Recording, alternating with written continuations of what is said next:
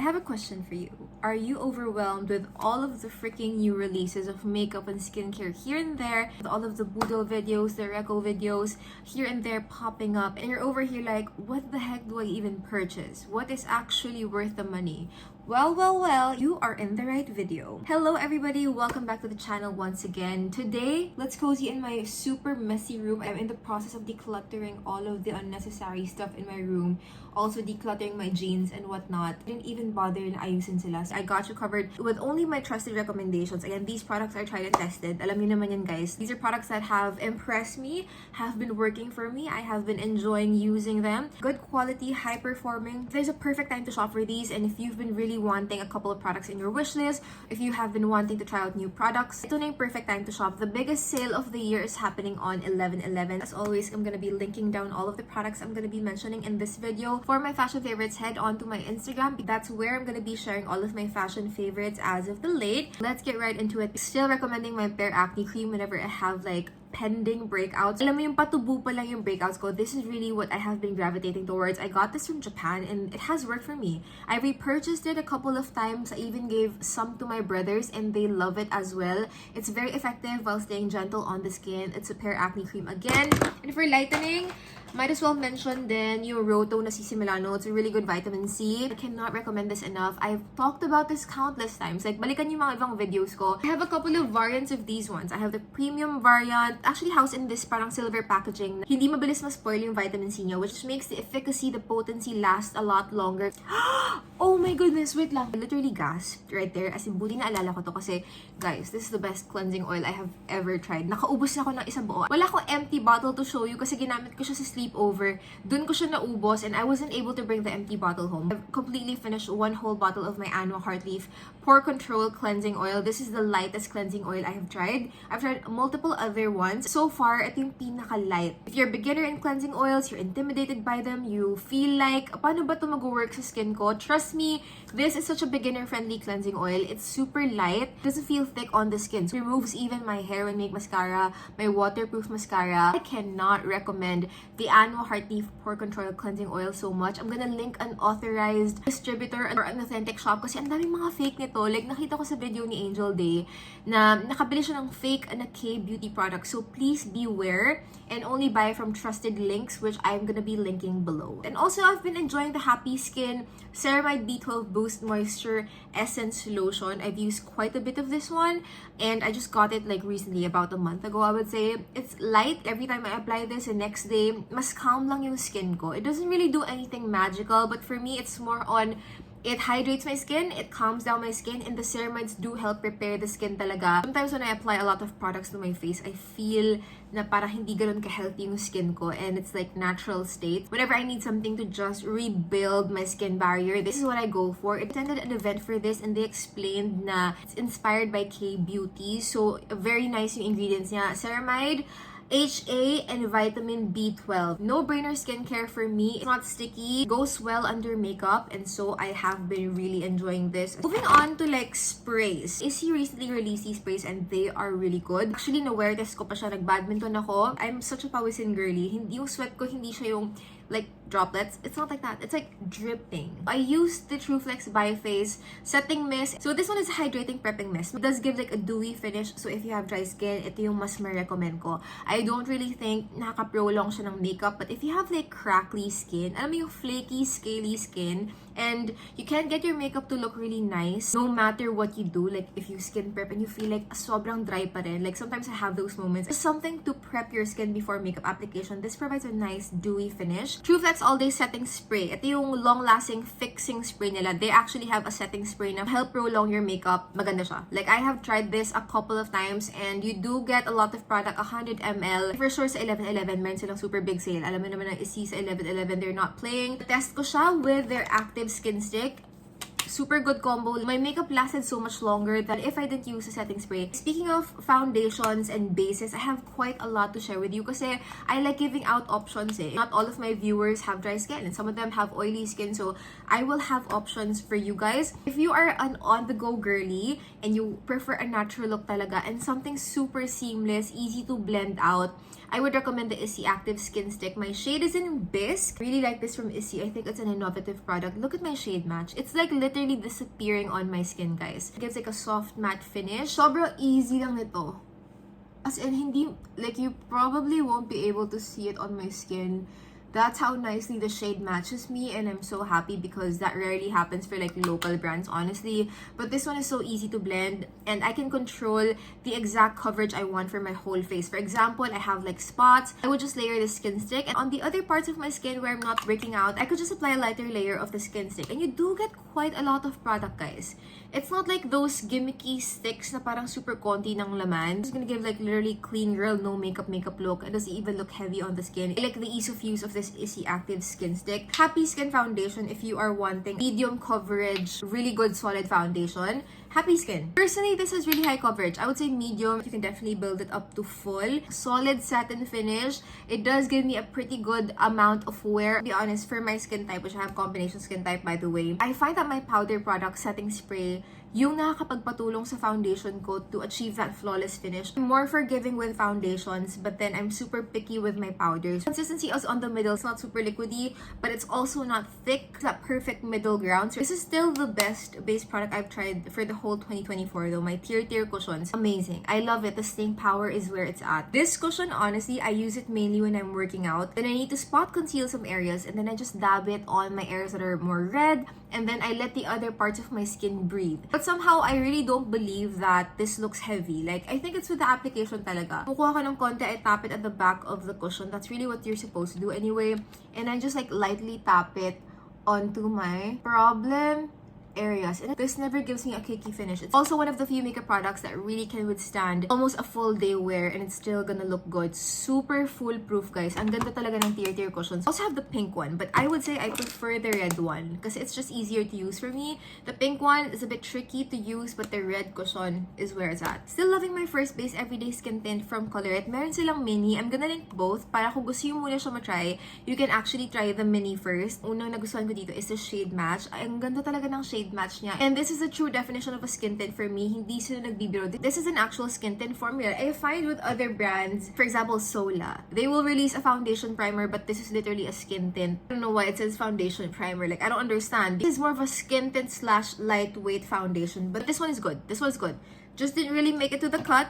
Still good. I just like this a bit better. Lasting power, insane. Super good for a skin tint. Every time I use this, I really love how my makeup looks. I'm gonna recommend these, the Sem concealers, for like color correcting. I would really suggest the green beige from the Sem because it's not stark green. It's actually a green beige. It can neutralize your redness, but at the same time, it's not hard to cover it up with a foundation or a concealer afterwards kasi green beige yung color niya. And if you want something to brighten, they also have a brightener shade here, which is basically like a light pink. I've been using colors like this to apply underneath my eyes for that like really bright look na, in my opinion, nakakabata, nakaka-youthful, and you don't have to break the bank. Adding these to the list though, the Tevian Ultimate Skin Master Concealers, I have Ginza and Ghent. I really like this as spot concealers. Like, not so much brightening because my shade here, hindi siya bright at all. These ones I use like on actual spots. Full coverage, don't quote me on this, but I find it's very similar to my NARS concealer. This is just a little bit more lightweight, but the properties and like the way they sit on the skin,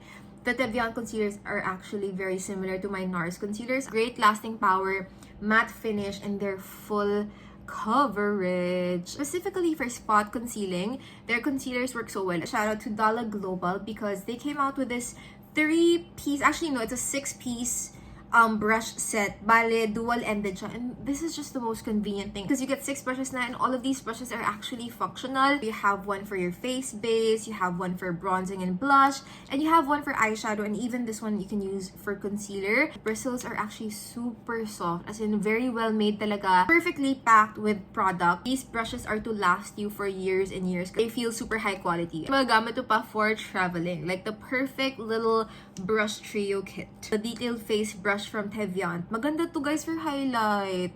Bet na bet ko siya. Quick shout out. Super bet ko siya since sobrang swak na swak siya for highlight. This has been like my favorite and go-to highlight brush lately. It uses my highlighter in such an ease. Let's move on to powder. I'm just gonna breeze through these because I literally have I think like 4 powders to talk about. If you're looking for a loose powder and you want like that blurring finish, I have been enjoying the Dazzle Me loose powder. If you want like a high-end option, I'm gonna throw in Huda Beauty. This is really foolproof. Maganda talaga to set your makeup. As in, tried and tested. And also, the shade Cupcake does brighten my skin. Always naman, pag gamit ko tong si Huda Beauty, I get a really nice mattified finish. Like, perfected. Yan. Just to demo with you guys. I'm getting a bit oily na rin kasi. So, that's Huda Beauty. Similarly, I feel like you can get the same effect with the Dazzle Me Loose Powder. I have a couple of more affordable loose powders in my collection, but Dazzle Me provides the most blurring matte finish. I mean, obviously you won't be able to tell which is Huda, which is Dazzle Me. They literally do the exact same thing. It has the same blurring properties. Guys, let's be for real. If you are a beauty on a budget, go for Dazzle Me. If you have the budget, of course, go for Huda. Feeling ko, marami din sa inyo guys, yung hindi naman talaga nagko-foundation, hindi kayo mahilig mag-base products, pero oily skin kayo. This is a transformative product from Issey, True Flex Gel Powder. So it's literally what it claims to be. It's a gel, but it's also a powder. The first time I touched this, I was like, what in the world is this? I was honestly shocked.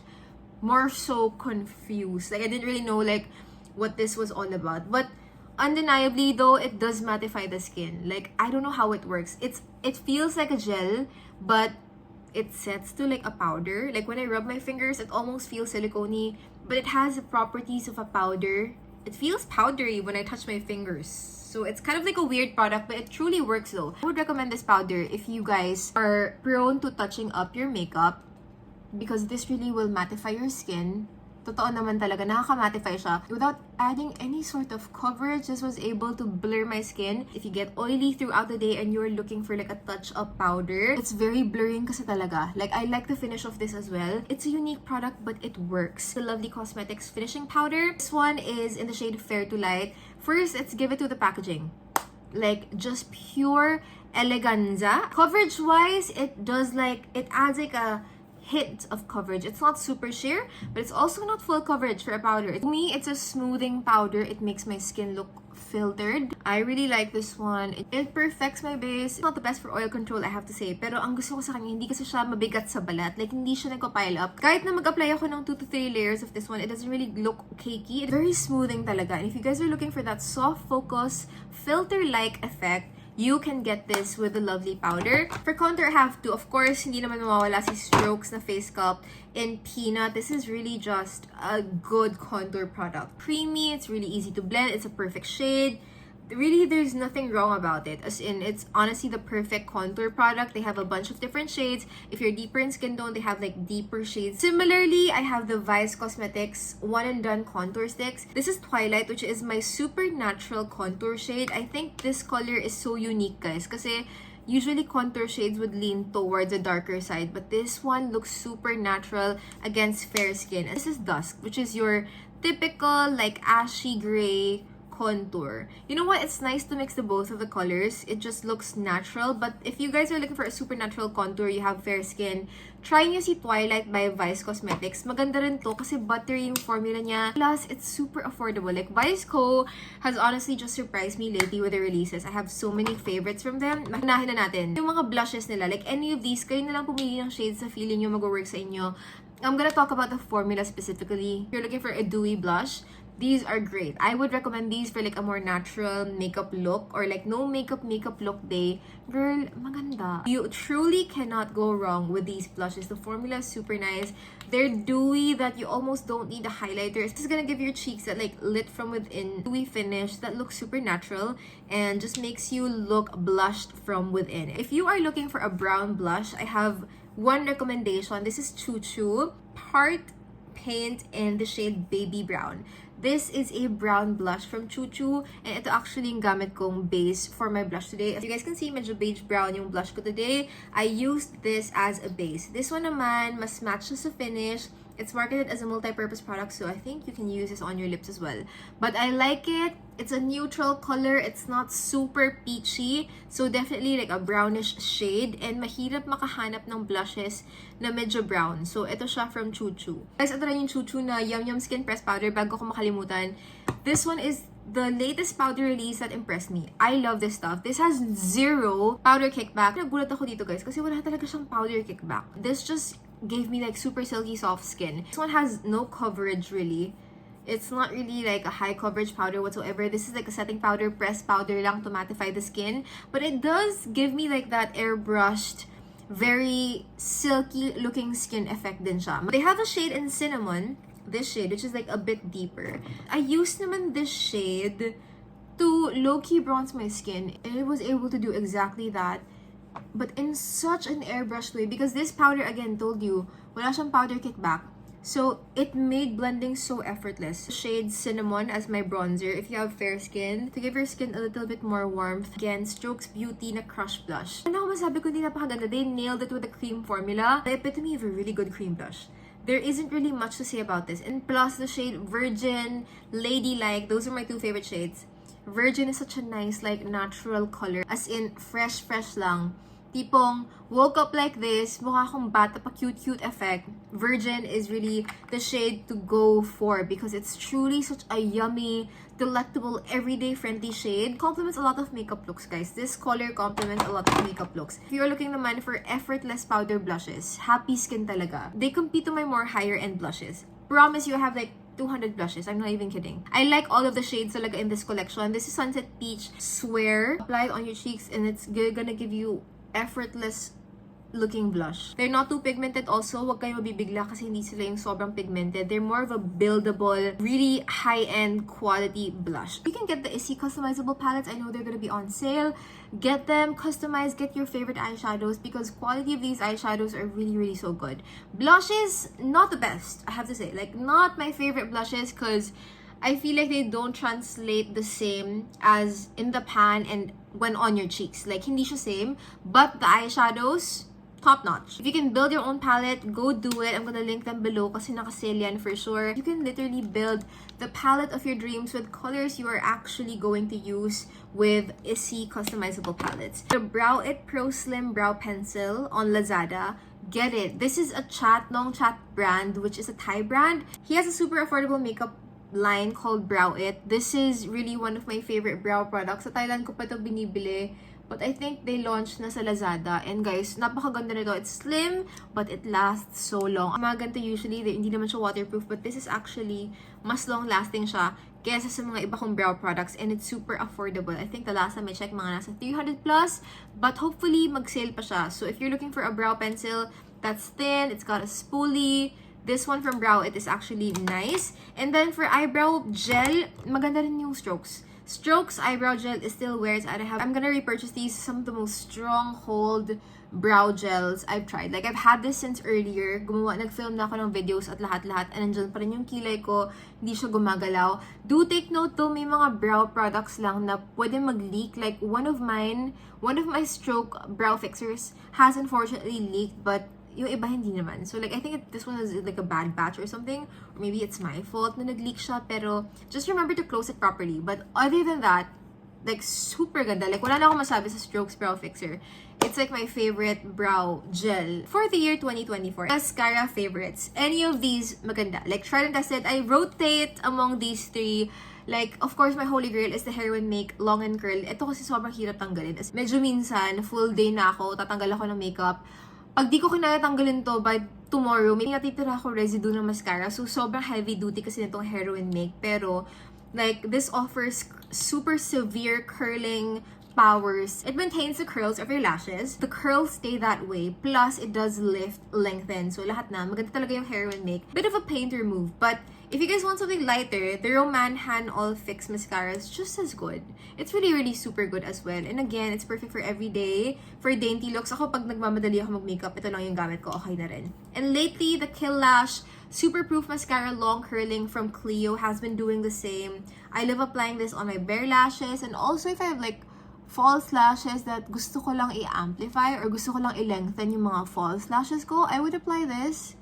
And it does really help for my false lashes to show up a bit better. Also does help with the lifting. So any of these guys, any of these maganda. Eyeliners, if you're looking for kahit umiyak ka, hindi ka iwan, girl, Issy eyeliners. Minsan, nagka-cleansing oil na ako, And ang matitira sa akin yung eyeliner ko. Ganun siya kalala. And these are really nice, easy to work with eyeliners. I have used these for so long this year, and they're still pigmented, so I would say they last a while. My favorite shade is smoked brown, pero all of the shades are nice. But smoked brown, if I want just like a more gentle eyeliner color. Black can sometimes be too harsh, so I like the brown colors as well.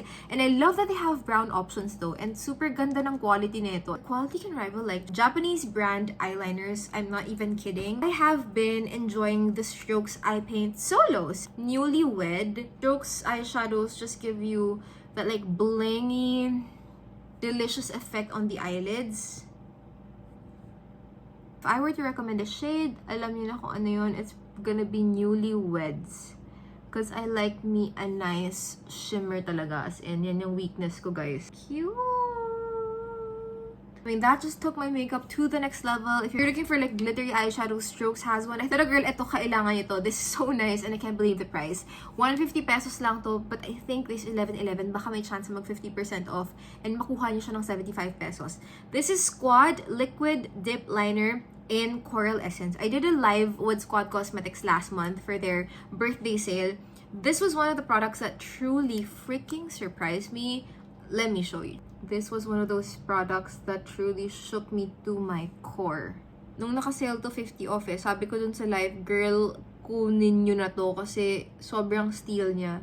It's a glitter liquid pen, perfect for aegyosal.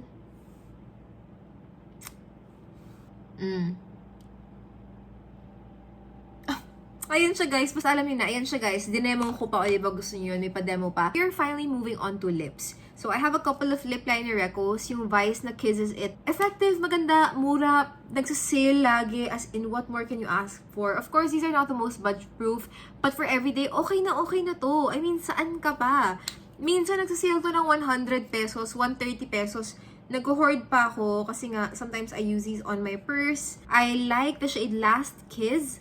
I also like the shade First Kiss. Ayan, yung two shades na to, ito yung mga pinaka-recommend ko if you have like the same skin tone. Of course, you have other shades you can choose from, but these two shades, First Kiss and Last Kiss, I really, really like. In terms of budge proof, of course, di pa ata nagka-second, pero they last pretty long. They last pretty long. I don't have any issues with them. They overline my lips super well. Runner-up ko would be Sunny's Face Lip Tracer. These are really nice as well. They have really amazing shades as well. For example, this is in the shade Nudie. It's a nice overlining lip shade.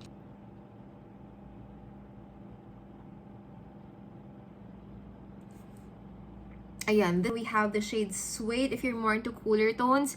Nudie and Suede, I like. Di siya budge proof. Like, I can smudge this, but that's the beauty in it because you can really play around and smudge the lip liner, which I personally like. Gusto ko kasi naka-feather out ko yung lip liner ko.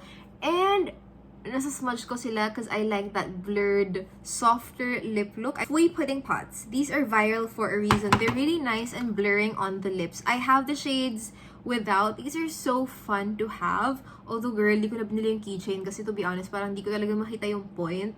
Kasi parang aksaya siya. Pero ito, ang ganda ng formula. It's like a blurring lip product. This is the shade Without, which is like a light pinky color that's very pretty and brightening. Lakas maka-brighten ang shade na to. And the other shade that's super popular is in the shade Mai. This is a lot of people's favorite because it's also so brightening and so flattering. This is, I would say, like a warmer, more rosy, almost like a rosy pink. Ayan, so good. I also have the Daisy Souffle Color Pot 02. I like this as well. I think gamit ko ngayon sa lips ko. Just for like that touch of color. Ganda rin ito. It's basically the exact same thing though, but I feel like the Daisy one has cuter packaging. Plus, it already comes with a built-in brush. Like, meron na siyang brush. And then you use this one to smudge your lips. At personally, ako, ang gamit ko naman, kapag gamit ko itong mga pudding pots na to, ang gamit ko lang is my finger. And I just kind of blur them out like that. And I'm good to go. Issy lip tints, you have the matte version and the gelade. Issy mousse ba yun? It's really nice because it does leave a tint and I like the color selection. This is in the shade Slip, one of their newer releases. And this is in the matte version. Now, this one leaves a tint. If you want a dewy version, we have that as well. Ito yung gelée. For me, this is not the most dewy, but I like it nonetheless. Okay siya, hindi siya drying sa akin. Also leaves a nice tint. Though not the most true to color, pero pwede na. Just keep in mind, hindi na to bagay sa makeup look ko ngayon, pero I'm still showing you your options. This is the tint it leaves. Quite bright. Quite bright, not gonna lie, but still pretty wearable naman. Like, I have no problems with that. I'm just gonna go back to like a nice warm toned lip color. I'm actually lining my lips with the Romand Lip Mate pencil. I like this because medyo thick siya na lip pencil, so it really makes for a nice blurring and smudgeable lip liner. I like this. It's more forgiving than those like super slim lip liners. For my glossy lippies, I have two Recos. This one is the Nature Republic Honey Melting Lip in the shade Coconut. This is so nice, so nourishing on the lips, guys. I love this. This is in the shade Coconut. I also love the shade Fig. Medyo brown na tong shade na to, but still so pretty, guys. And super comfy niya, ha. It doesn't get weird sa lips mo, sa mouth mo. It doesn't create those sticky bits sa middle of your lips. For it being like a dewy lippy, this is long-lasting. Plus, ang bango pa niya. This one is so nice. I did a choo-choo review. Ito yung pinaka-nagustuhan ko dun sa review ko. And as you can see, I've been using it quite a lot.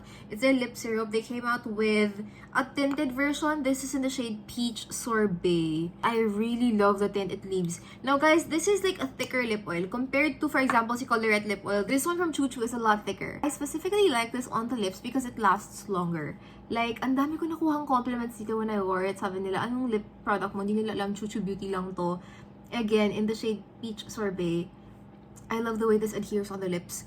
Kahit na it's on the thicker side, it feels comfortable. Nagalast talaga yung gloss niya. Itong finish na ganyan, it's gonna last me for hours. Kasi nag-film ako ng videos nun. I applied this when I did like a review. By the end of that review, I could still see the glossiness that was coming from this lip gloss. So between this one and the Colorette one, I prefer this. And between this one and the Sunny's Face Lip Glaze, I prefer my Choo Choo. This didn't make the cut. Sucks lang siya. It's like a mid product, but this Choo Choo one that's much more affordable, I actually can recommend for 11/11. It's actually such a beautiful lip oil. But yes, loves, that is my 11/11 recommendations video. Again, this is for the beauty department only. I shall be doing one for fashion and again lifestyle over onto my IG story. So don't forget to follow me and don't forget to check my stories. Also, I have voucher codes for you. I'm gonna put them in the description box and also right here if you guys want to get discounts when you shop sa Lazada for the 11/11 biggest sale of the year. If you have like any questions pa, like anong mga gusto niyo pang i-reco ko, or if you want me to suggest a recommendation, of course, comment them below if you have like skincare concerns, makeup concerns, like what specific things I can recommend for this area. Do leave a comment below and I shall answer them. But until then, don't forget to follow me on my socials and I will be seeing you guys on the next one. Love you! Mwah.